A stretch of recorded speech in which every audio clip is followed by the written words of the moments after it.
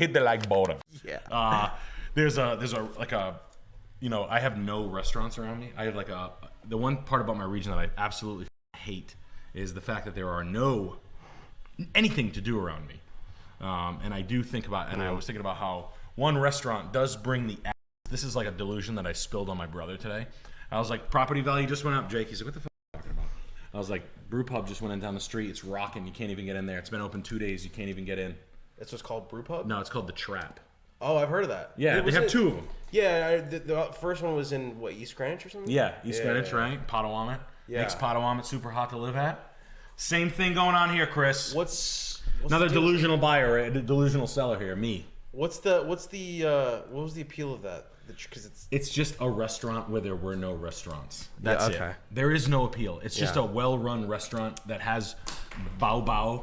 Yeah. That has sriracha chicken wings. Yeah, they have brew pub.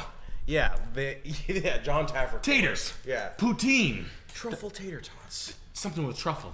Bring up the price point. Truffle. Oh yeah. If your patrons are drinking, they're going to stay an average of 45 minutes longer.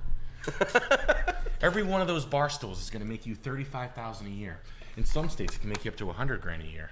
Every single one of those bars. So you want to maximize the bar stool using bar science. But no. Anyway, but no. I like. I always talk about like, hey, go look for things you like. Yeah. Go look for. That's great advice. Go out to Maine. Go find a restaurant, and then like, this is sad. This is stupid, but I think about it. This is like a really dumb, like a very elementary observation, but that area right there, like not a lot of people know that this area is like kind of nice. And then you come into the area, you bring in people, if they have like, if they're eating a $45 steak or they're looking for foodie food, they're the qualified buyer. You're walking them right in, you're parking there. See, that's why restaurants are like, and it's like a conduit. Yeah, it is. It's exactly right. It's a conduit. It's just a landing point, and the further it stretches into the, it's obviously urban sprawl or whatever you want to call it. But in the, honestly, man, if I'm, you want to know how to make a lot of money? Work in a restaurant that's off the beaten path away from the city. Bring city food to the suburbs. You will crush. They're doing it around here. There's nothing in the suburbs. It's all like old Italian or like washed out wannabe shit. Yeah. The second a place that comes with like 4 Guy Fieri-ish. I'm not saying you got to be high in pub food, but it's like that's it. Yeah. Never leaving. Like Dan's place. Dan's place, Coventry. No one's there ever. One guy, one guy knows how to make a decent pizza. Yeah, he moves out there, he crushes. He's driving a limousine to work now. Yeah, he's like, there's a motorcycle on the top of the bar. Yep. Like there's a full size motorcycle like hung on.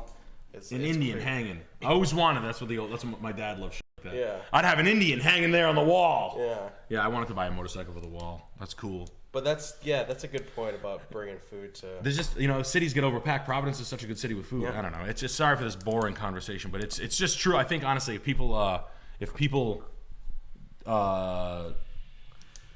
the beaten path crushes it.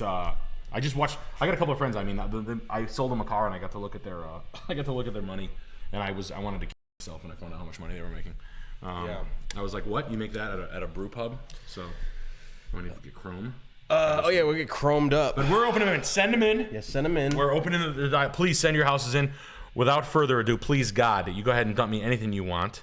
We are ready to. Chris Lynch is ready to rock. I'm ready to rock. We're doing restaurants talk and right. I think it's interesting. Yeah, we're all thinking about poutine. Yeah.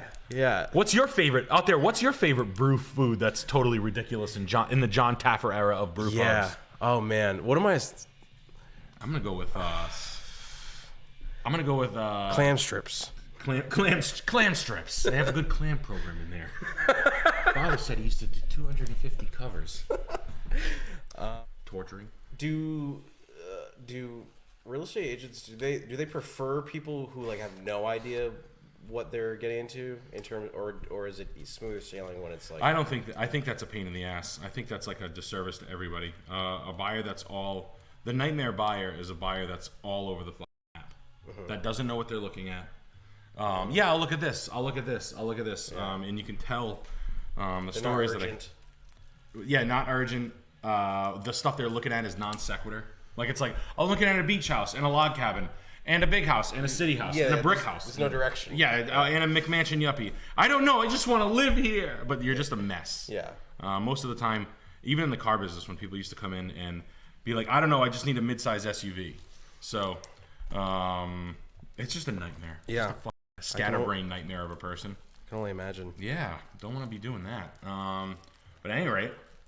At 25 Canadian. Hey, Nick. Yo, Canadian. Hey, Nick, what do you think of prefab A-frames and prefabs in general? Was looking at an A-frame, an A-frame. I don't know if that's a brand of, or if you care specifically. Yeah, A-frame. Yeah, if you care. Anytime you're buying prefab, just figure that you're giving someone 40%.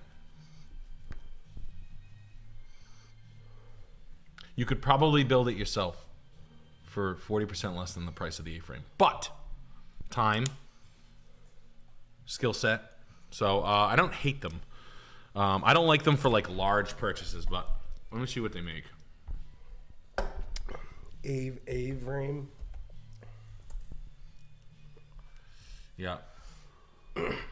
Yeah, I wouldn't do it for a large purchase, and I would. I think some of these things, even the more popular ones like a den and stuff like that, they're the perfect Airbnb.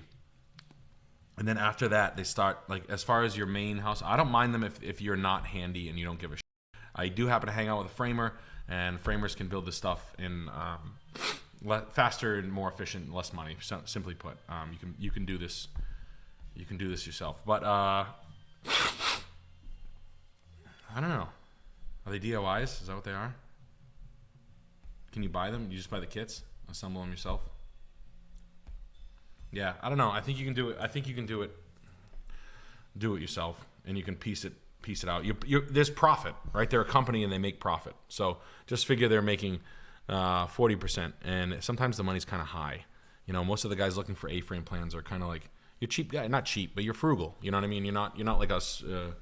Just wasting your money. So all things considered, if you can build it yourself, try that first. And if not, I don't hate them, but just I don't know. I think there's cooler ones out. To be honest with you, I like the Den ones better. Den's coming up with better plans. I don't think those are super special. Den A-frame is cooler. Just the plans, and there's other ones that they have now that are even more modded. They look like Halo helmets, or even a little more cyberpunk. That thing's dope.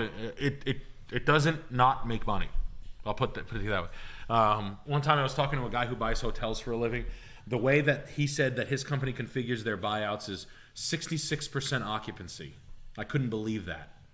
What's a fit? I mean, I already blew the question I usually ask, but a conversational question. If you were buying a hotel, yeah, excuse me, and you weren't, on yep. If you were buying a hotel, right? Yeah. We jump in the car. We're like, Chris, we got to go buy a hotel. What would you say? Like, what would you expect them to give you figures on? For buying a hotel? Yeah. Like if they told you how much money they made, they were like, well, we have 100 rooms. Mm-hmm. What would you think the percentage on percentage on their revenue? Oh, like how much money they're making? Yeah, like how much money they can based on like when you're trying to snap a number on how much this. Oh, they're making $400,000 a year. Oh no, well, basically I don't know. I'm way off. No, Chris, hold on. No, wait. Let's do it. Yeah. Help me out here. I'm thinking about a hotel. I'm thinking about what's the last hotel I was in? Yeah, so I would be basing the money at like 35%. Being like you rent those rooms out of 100 rooms, you rent 35 a night. How many rooms rent a night? I phrased the question. You own the property. How out of 100 rooms, how many do you rent a night? 35. That seems low. I would go low though. I'd be like, all right, well, whatever the money is, it's whatever you rent it out based on 35 a night. And they'd be like, no, actually, 66 is the industry standard. So two-thirds. Yeah, I thought that was high. I was like blown away by that. That's good for like 6 years. I mean, I've seen hotel. Well, one thing I'm interested in is like the small motels and stuff like around here. Who's in there? Whores. Okay. Indian mafia. The Patel family owns like 36% of all hotels in this country. Hotels are going to shit though because they're shit garbage. Yeah. So it's basically just people cheating on people and whores Yeah. running OnlyFans scams. Okay, and you selling just need their a feet. room. Yeah. Makes sense. Yeah. I know because I have an OnlyFans. Only It's rugs. Nick Angel XX 13.26. Yeah. It's like a bad one. Like a really bad. It's hard to find. Yeah, it's super.